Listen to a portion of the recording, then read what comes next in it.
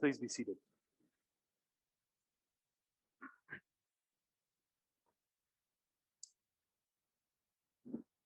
Quite the list of readings today, huh? A little bit from the beginning, sort of a treatise on grace. Jesus is back home. What to do with all of that? I do love the psalm, though, De Profundis. Psalm 130 is a favorite of mine. It's said in the noon office, or it's one that we can refer to. It's often said on Holy Saturday, and it is one that is given to us to say during the burial office. It is, as its title suggests, quite profound. And it says that out of the depths we call. We call to something larger than ourselves. Some people might even say that we seek. We reach for things. We seek meaning, and above all, we seek love. And so it is in response to all that energy out that it's important for us to remember that it is from the same depths that we are called to in return. It is only with ears that hear, however, that make it possible for us to proceed in any way that makes sense when we come up to against the power that is our own consciousness sometimes. I've come to know these depths that the psalmist sings about as memory. Some of the memories that I've been given to hold on to are precious. Some of them are frightening. Some of them I'm ashamed that I hold on to. And a few of them are quite wonderful.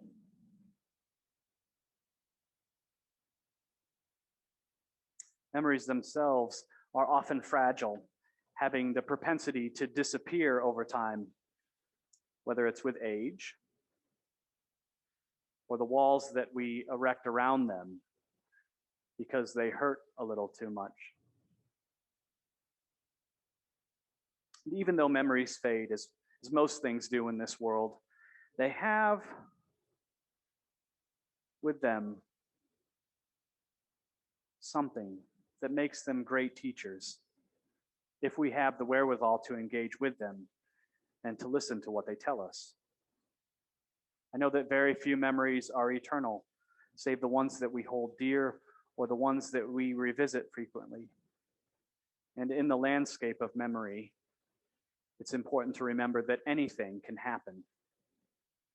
Time has a way of altering what once was, so we must be careful when approaching the edges of the deep, especially when we are trying to discern what is true from what is not.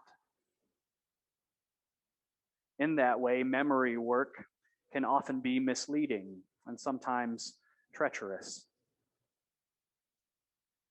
Nevertheless, it should be done, and it should be done often. And that's because reflection bears with it a great wealth of possibility.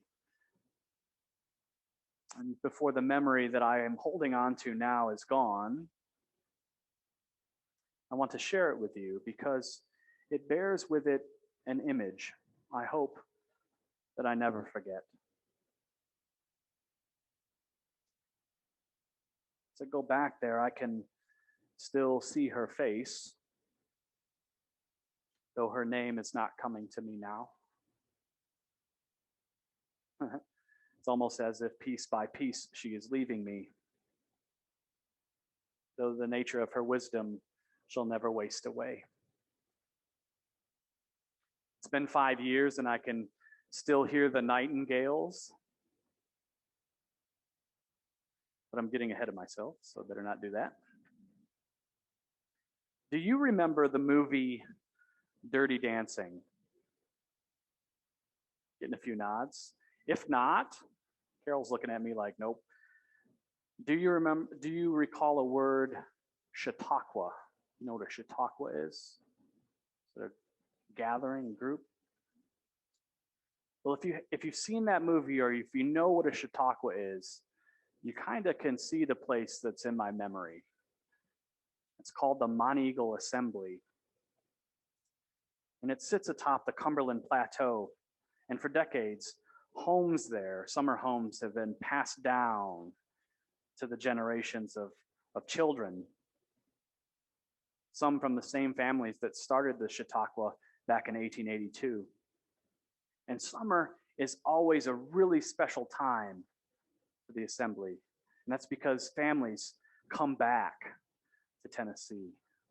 They come back to regather and to spend Memorial Day with each other, and maybe to kick off summer break this weekend. And as you might expect, there's a host of activities that go on there. And I'm not just talking about the annual shuffleboard championship or bingo marathons.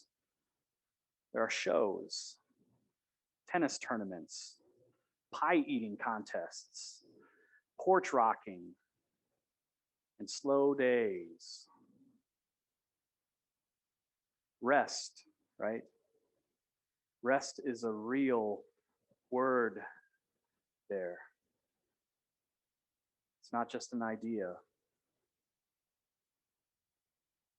And I think the grounding that comes with spots like this is why kids return there year after year, why they're excited to go back, why they're excited to unplug from reality for a little bit, and why I think a couple of our friends return there to get married. And so it is with a wedding in mind that I most often think of Paul's admonition to not lose heart. I think of the dancing that went on that starlit evening. And I remember what it felt like to be alive, like not just going through the motions or doing the day-to-day tasks, but really being present to the folks that were there. In that space, I sort of realized how temporary and fleeting sometimes happiness can be. But it is with joy that I recall the timelessness of the interchange I had with her. And even though we are faced, even today, with the fact that our form changes, that every day we get a little bit older, I've come to trust that eternity is always eternally present everywhere.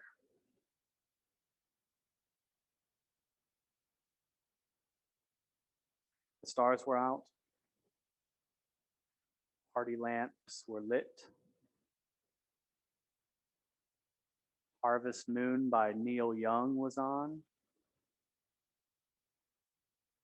The dance floor was full.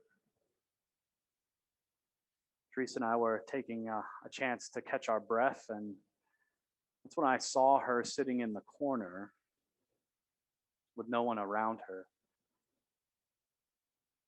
But she had this look that was the embodiment of contentment. Have you ever seen that?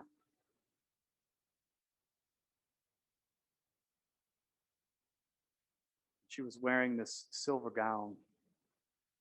I think the only reason why I remember the dress is because it shimmered as she sort of wrapped her shawl around her shoulders. And it was because the silver of the gown matched her hair. And there was just something about her that was so alluring that I had to go up and introduce myself. And so I made my way past, plates that were full of spent barbecue, burnt ends, and peach cobbler, because that's what you serve at a wedding, South, to the woman wearing satin. She smiled as I approached and said, "Well, hey there, honey." Almost as if she knew me. And the weird thing is I thought she had. I thought she did. We talked as if we were old friends, finding common ground in the love that drew our past there together that night. We sat back for a spell and watched the bride and groom dance around the floor, singing to each other. And almost as if responding to the transformation before us, she began to laugh softly, slowly shaking her head in recognition of something that was wonderful. And then she spoke these words to me that I hurriedly wrote down on a napkin after she left. She told me that night,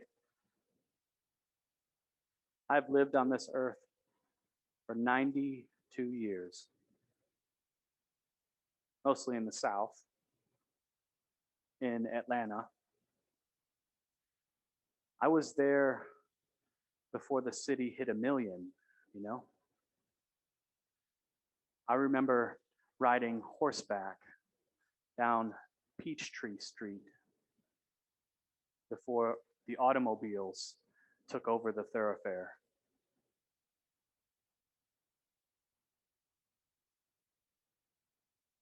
Seen some amazing things in my life, but the blessing of something new, well, these are my favorite.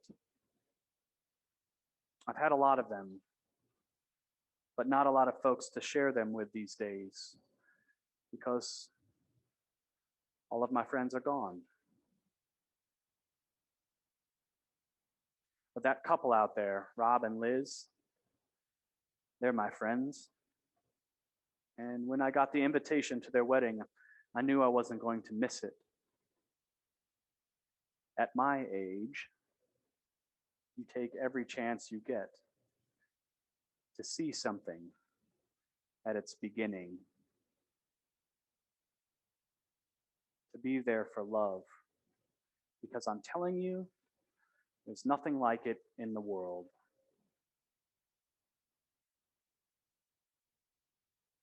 And if you get the chance to see something like this, even if only for a moment,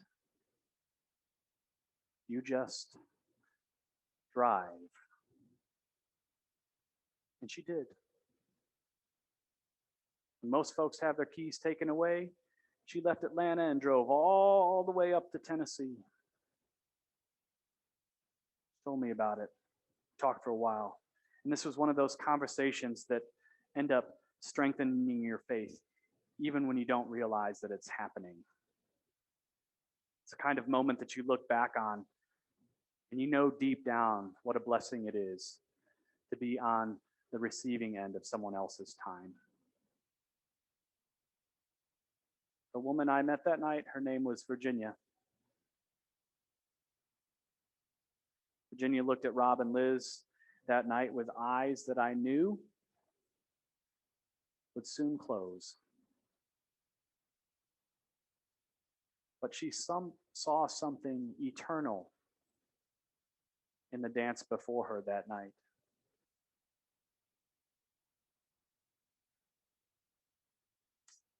Before she left, she looked at me and she said, "You know, the end is close, and I'm okay with that.